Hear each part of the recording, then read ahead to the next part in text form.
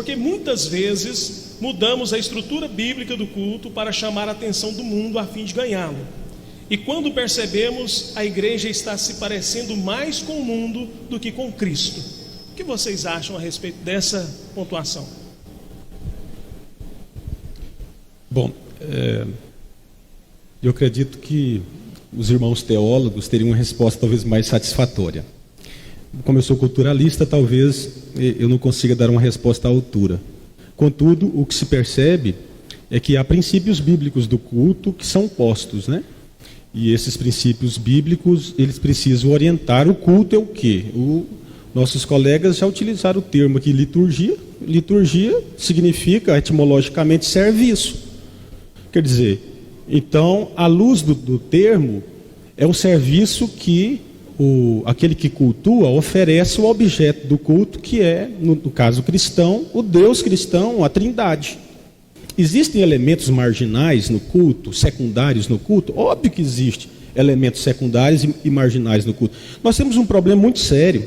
Eu acho que não é um problema meu, mas também é. Mas é um problema, eu acho que pode ser compartilhado com muita gente. Porque nós relegamos o universo da cultura ao limbo. Nós temos a tendência de negar a cultura. E cultura numa acepção antropológica, enquanto artefato mesmo, construtos culturais que nós construímos com nossas mãos. Não é? Elementos secundários do culto estão postos aqui hoje. Vocês estão assentados sobre bancos. Eu estou utilizando o microfone. Então o que é do mundo? E o que pode ser utilizado ou não nesse espaço de culto? É o que Alistair McGrath defendia e defende, né, há muito, que é a apropriação crítica da cultura. A apropriação crítica da cultura é você apropriar da cultura, dos elementos da cultura e utilizar esses elementos para a glória de Deus. São os elementos secundários que fazem parte do culto.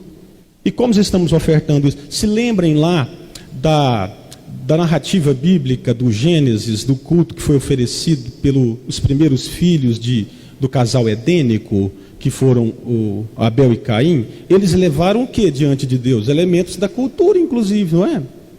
É claro que sim. Então, há a possibilidade de você apropriar criticamente desses elementos da cultura e utilizar esses elementos para a glória de Deus. Vou citar um exemplo aqui clássico. Não muito tempo, não muito longe, nós tínhamos um problema muito sério com os usos de instrumentos eletrônicos nos cultos. A guitarra elétrica nem se fala, gente. Que dificuldade que foi para você utilizar a guitarra elétrica no culto. Por que não? Guitarra elétrica é coisa do mundo. É coisa do capeta, porque é o rock and roll da década de 60 que está destilando essa musicalidade, essa linguagem, está utilizando da guitarra elétrica, então nós vamos utilizar a guitarra. Demora um pouco mais para a igreja entender que é possível utilizar aquele elemento cultural no culto sem nenhum problema. Vamos lá, gente, para a reforma protestante.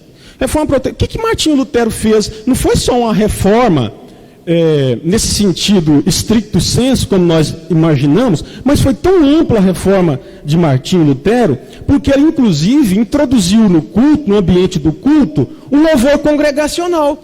Olha, irmãos, pastor Jeová que é hebraísta, e eu tenho medo aqui de interferir na área dele. Mas veja bem, nós não estamos reproduzindo hoje em nossos cultos as antigas antífonas do velho judaísmo do primeiro século. E nem estamos cantando aqui o canto gregoriano, né, que assombrava a comunidade, dava aquele som etéreo, deslocado, a congregação não participava do culto, era um conjunto de especialistas, né, com muita técnica que participava. E nós também não estamos cantando hoje Johann Sebastian Bach. Johann Sebastian Bach, vocês sabem que era um crente luterano que produziu 2/3 de sua produção musical, que é uma coisa extraordinária, nem todos têm ouvido estética, nesse senso estético para ouvi-lo, mas 2/3 de sua produção foi utilizada para a igreja e pela igreja. Agora, nós estamos utilizando a musicalidade, as expressões musicais, os artefatos culturais que foram produzidos lá no século XVII, hoje? Não. Bom, nós temos uma dificuldade muito grande com a linguagem. Por quê? É um primado da linguagem verbal.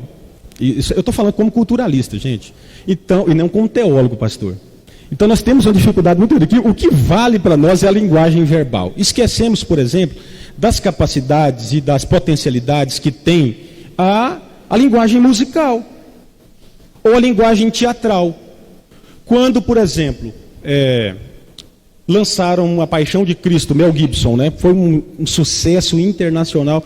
Claro, é uma peça cinematográfica, obviamente. E tem desvios ou erros teológicos? Possivelmente. Mas ela alcançou muita gente. Muita gente foi alcançada a partir daquela linguagem que não é necessariamente verbal. São linguagens que são, né, multifacetadas, é um conjunto de linguagens que são utilizadas para, inclusive, falar do Evangelho. Gente, literatura. C.S. Lewis está aí, é o autor da moda. Poxa, nós estamos utilizando mais que nunca C.S. Lewis. Olha só o teor da linguagem que C.S. Lewis utiliza para construir sua literatura. Ele vai beber, inclusive, em literatura que não é genuinamente cristã, por exemplo. E ele sabe utilizar isso, não é? Que é adaptado, agora recentemente, em linguagem cinematográfica, e que foi um sucesso extraordinário, que foi As Crônicas de Nárnia. Acho que o grande problema aí é quando se usa esses elementos no culto, né? Eu acho que é aí que é o problema. Que você não vê uma vinculação dos usos desses elementos a partir de um referencial bíblico. Eu acho que esse é o grande problema, professor Rogério.